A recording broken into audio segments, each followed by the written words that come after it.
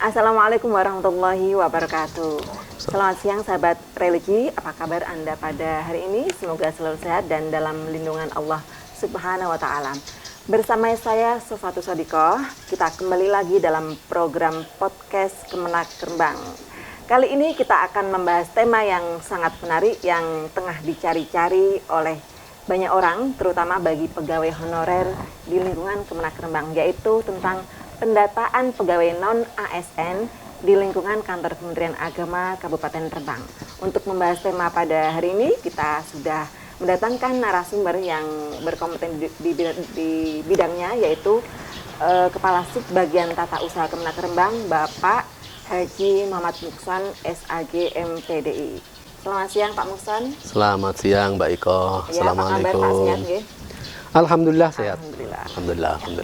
Pak Muksan, berbicara tentang pendataan pegawai non-ASN ya, ini kan sedang hits ya, ini ya di Kemenak Rembang ya.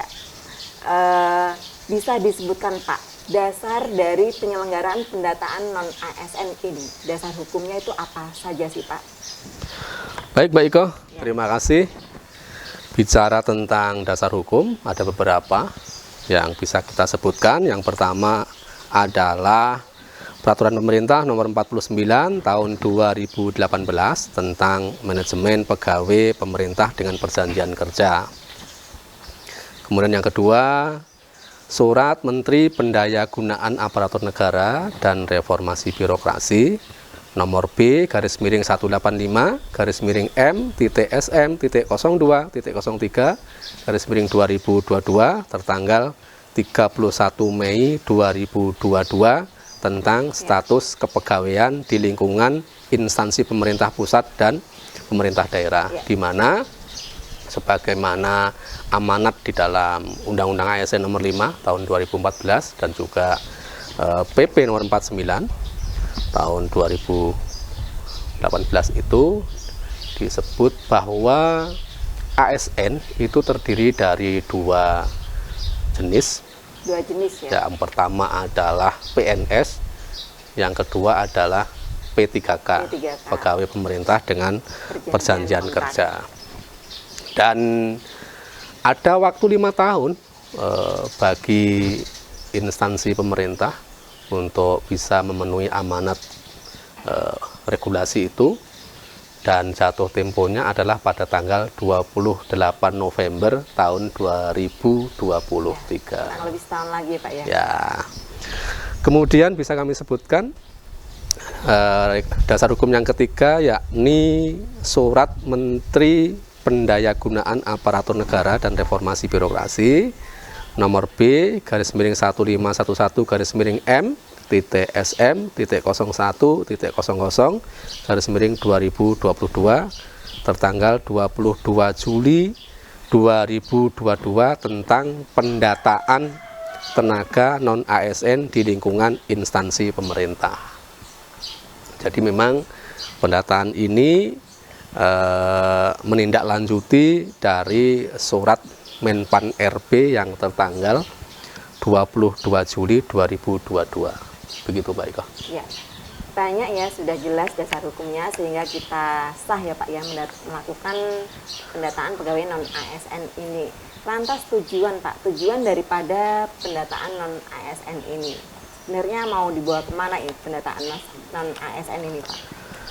Kalau bicara tentang tujuan pendataan, sebagaimana disampaikan oleh Deputi Bidang Sistem Informasi Kepegawaian dari BKN pada tanggal 30 Agustus 2022 pada kegiatan media briefing non-ASN, ada 3 paling tidak Mbak. Ada 3. Nah, ada 3, ini bisa diakses sebenarnya oleh kawan-kawan yang membutuhkan, langsung bisa diakses di akun resmi YouTube milik Humas BKN ya. Yang nanti bisa dijelaskan atau disebutkan alamatnya tentang akun YouTube itu mungkin di akhir acara gitu. 3 hal itu, yang pertama adalah pemetaan. Jadi pendataan ini tujuannya adalah melakukan pemetaan atau mapping lah terkait dengan pegawai non ASN yang ada di instansi pemerintah.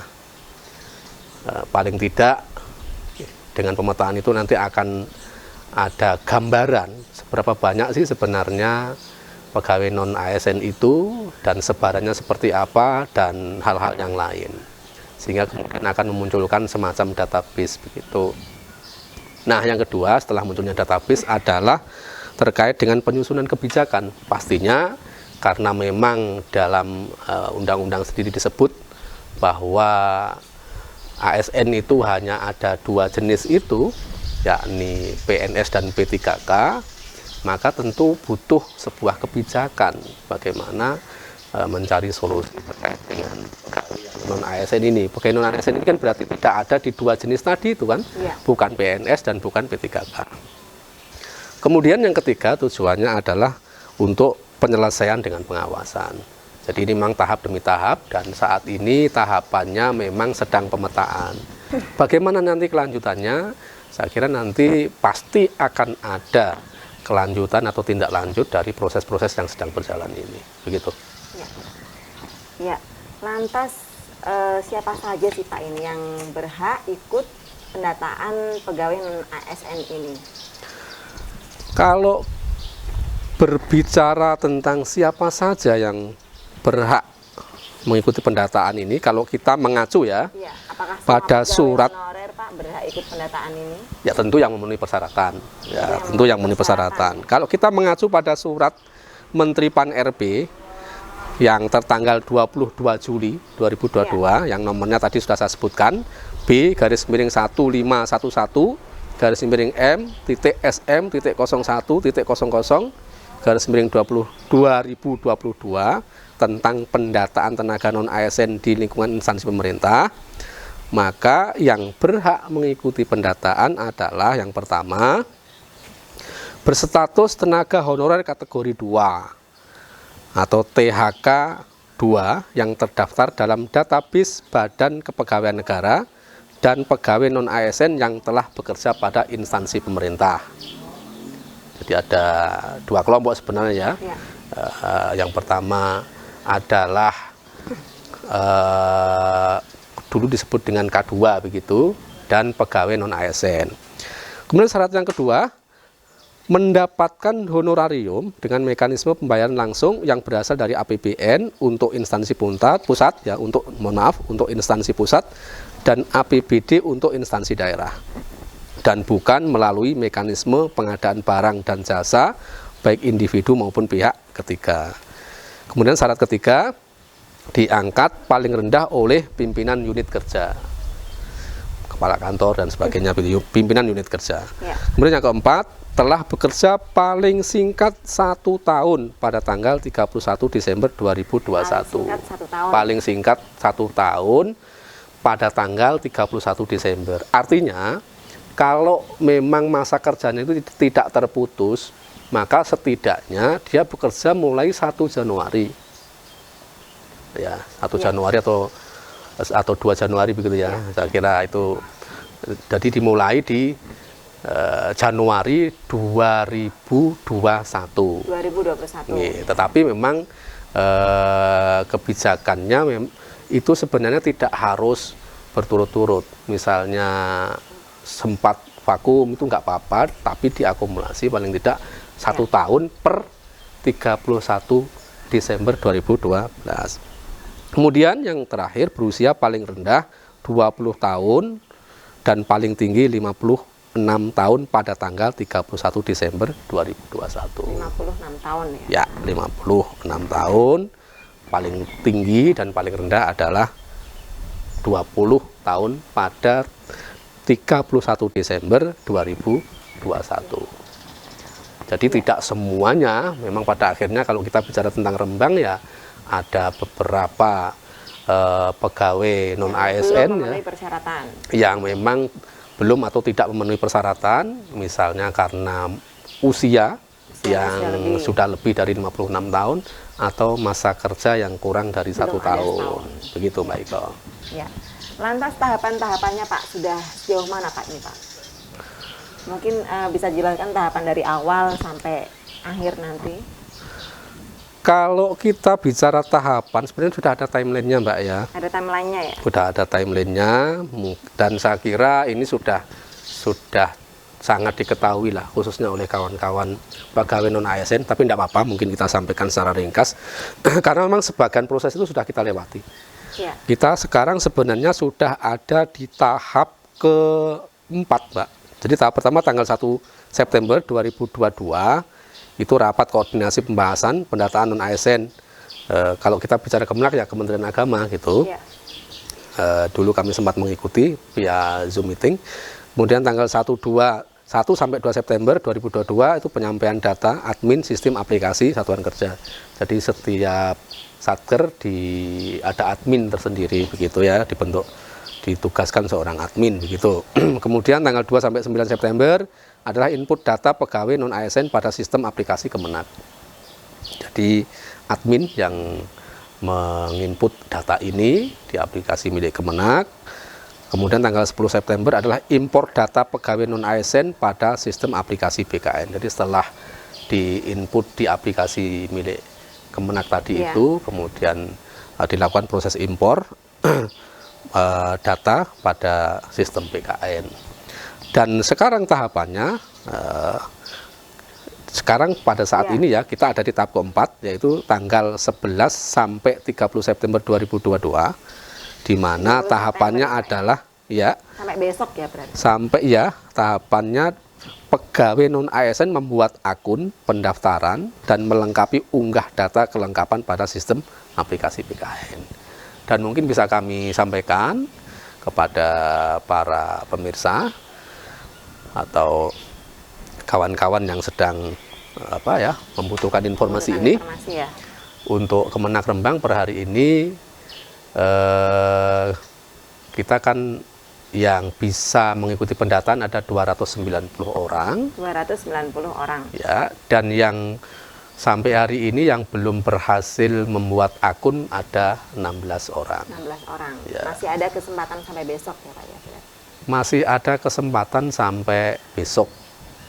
Nah, pertanyaannya kemudian kalau misalnya sampai besok tidak berhasil membuat akun, seperti apa kan begitu? Nah, kalau kita mencermati informasi dari Humas BKN, ini bisa kita akses di akun YouTube resmi milik Humas BKN, di mana di situ ada tayangan Q&A, question and answer, tertanggal 27 September 2022, berarti baru 2 hari yang lalu ya. Itu memang disampaikan bahwa pada tanggal 1 Oktober nanti itu kan ada proses namanya uji publik. Ini yang kalau kita bicara timeline tadi, setelah periode ini nanti 1 Oktober itu ada uji publik, di mana memang publik bisa melihat, kemudian bisa menganalisa, mencermati apakah data-data yang ada itu memang akurat atau tidak, valid atau tidak, dan sebagainya. Dan data-data atau informasi dari publik itu kemudian bisa disampaikan sebagai bahan untuk melakukan perbaikan-perbaikan. Nah, misalnya pada tanggal besok itu ada pegawai non ASN yang belum bisa membuat akun, berdasarkan info dari Humas BKN tadi itu bisa dilakukan lagi setelah uji publik. Uji publik itu kan informasinya tanggal 1 sampai tanggal 10 Oktober. Setelah uji publik ini, maka nanti akan ada 2 hal yang bisa dilakukan. Yang pertama, misalnya ada data pegawai non ASN yang sesungguhnya tidak berhak masuk karena tidak terpenuhnya persyaratan. Maka yang tidak berhak masuk tapi masuk ini bisa dilakukan delete data. Atau yang sesungguhnya berhak masuk tapi belum bisa masuk, maka ada waktu sampai pada tanggal 31 Oktober kalau tidak salah itu nanti untuk melakukan pembenahan atau melengkapi seperti itu. Begitu informasi yang kami terima dari akun YouTube-nya Humas BKN. Ya. Ya. Lantas ini Pak, dari pendataan pegawai non ASN ini ya, kalau berbicara mengenai kebutuhan pegawai di Kemenak Rembang, sebenarnya ini seberapa banyak kebutuhan pegawai kita Pak? Kalau kita bicara tentang seberapa banyak, maka kita butuh pastinya ada namanya ANJAP ya. Jabatan ya. Ya, kemudian ada ABK gitu kan. Analisis beban kerja dan sebagainya. Yang jelas kalau kita bicara fenomena secara umum lah, tidak hanya di Kemenak Rembang. Dengan mengacu pada kebijakan pemerintah di mana memang rekrutmen ASN kita, kalau dulu pernah muncul namanya kebijakan zero growth, ya artinya rekrutmen itu sebanding dengan jumlah orang yang purna tugas dulu gitu. Tugas. Ya, jadi kalau yang purna tugas jumlahnya katakanlah misalnya sekian 100 begitu, maka rekrutmennya ya 100. Oh begitu. Zero gitu. Nah sekarang kan memang tidak seperti itu. Nah, sehingga kita tentu tidak dalam kapasitas kita untuk melihat apa alasan pemerintah mengambil kebijakan yang seperti sekarang ya. Saya kira bukan kewenangan kita di situ. Tetapi kalau kita bicara tentang apakah kita kekurangan pegawai, pastinya iya. Ya, kenapa? Artinya, pegawai non ASN ya boleh dibilang pegawai honorer ya Pak ya, maupun PPNPM ya, itu sebenarnya juga jumlah 290 orang itu sebenarnya juga yang dibutuhkan oleh Kemenak Rembang dan satuan-satuan kerjanya. Seperti itu Pak, apakah bisa disimpulkan seperti itu? Setidaknya para pegawai non ASN itu kan memang selama ini sudah bekerja di Satker kita, apakah di Kemenak, apakah di KUA atau di madrasah-madrasah negeri. Mereka sudah bekerja sekian lama, tentu kalau kita bicara mereka sudah bekerja sekian lama, itu artinya apa? Ya artinya mereka berarti sudah memberikan kontribusi dan memang dibutuhkan. Kalau memang tidak dibutuhkan, ya berarti kan untuk apa mereka terus bekerja kan begitu. Kalau memang tidak ada job description-nya misalnya, ya tentu ngapain juga mereka dipertahankan. Nah, logikanya memang kalau kita bicara secara sederhana saja Mbak Eko, setiap tahun ini kan kita ada yang purna tugas ya, kawan kita beberapa orang begitu setiap tahun. Tetapi rekrutmen atau pegawai baru yang masuk tidak sebanding. Belum sebanding ya Pak ya? Iya, sehingga ya tentu kita kalau boleh disebut ya memang kekurangan. Sehingga kalau kita bicara tentang optimalitas capaian-capaian kinerja secara kelembagaan misalnya, ya mungkin di sana sini masih belum sepenuhnya bisa optimal. Walaupun tentu kami senantiasa berikhtiar dengan segala keterbatasan, dengan SDM yang ada ini, kami tetap pacu untuk bisa memberikan yang terbaik. Gitu.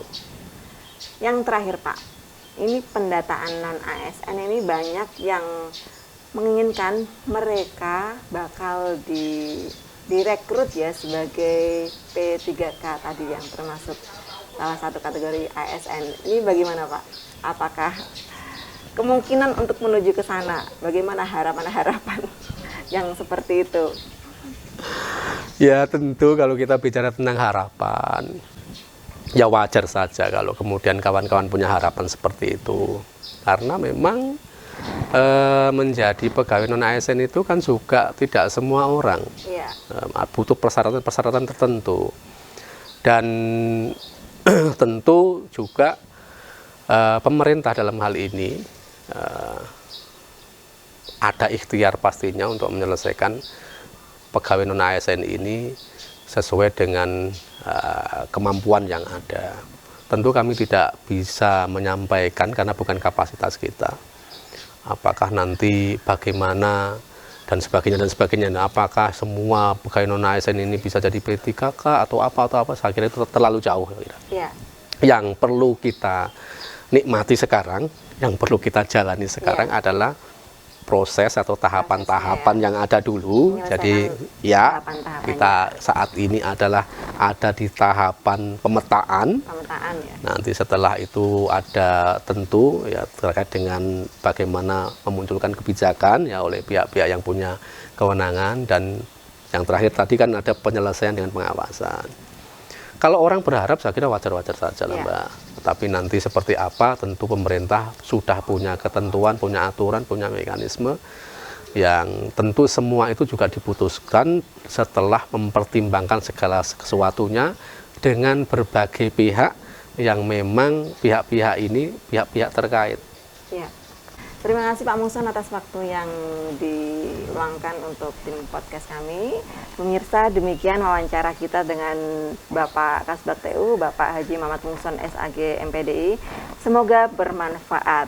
Sampai jumpa di kesempatan berikutnya. Wallahu muwaffiq ila aqwamit thoriq. Wassalamualaikum warahmatullahi wabarakatuh. Waalaikumsalam warahmatullahi wabarakatuh.